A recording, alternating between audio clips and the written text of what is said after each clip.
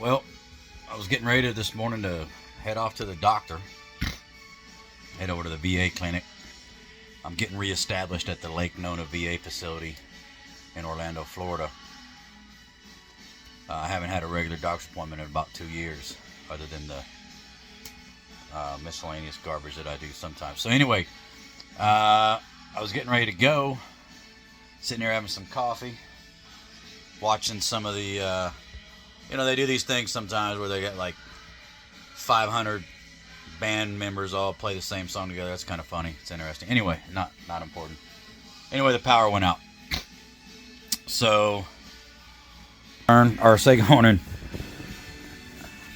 Say good morning, Murphy. Say hi, buddy. Say hi to everybody. Can you say good morning? Huh?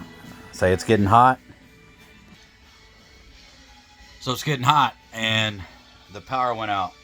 So the reason I got electricity still is I'm running off of the inverter. Let me get him a fan going. I've got some plugs that will still work, some outlets, because they're tapped into the battery. So that outlet in there, I'm gonna connect a fan, get some air moving in here for him. And obviously the TV is plugged into that outlet. And then our Starlink is back here plugged in the room. And of course the house, all the lights still work off the house batteries. And then our Starlink still runs off these outlets in the bedroom. They run off the inverter and the battery bank. But the air conditioning units up top will not run. So let's go outside.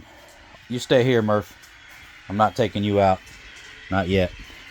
I'll take you out in a minute. Let's go outside and look at what burned up that I've got to figure out hopefully today.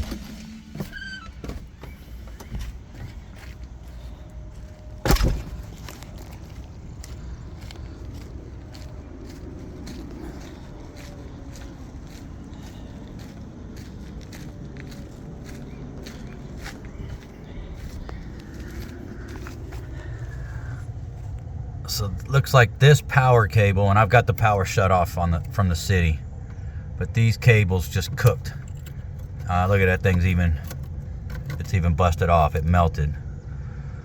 So that's got us without electricity coming in, and I'll have to figure that out. It completely separated,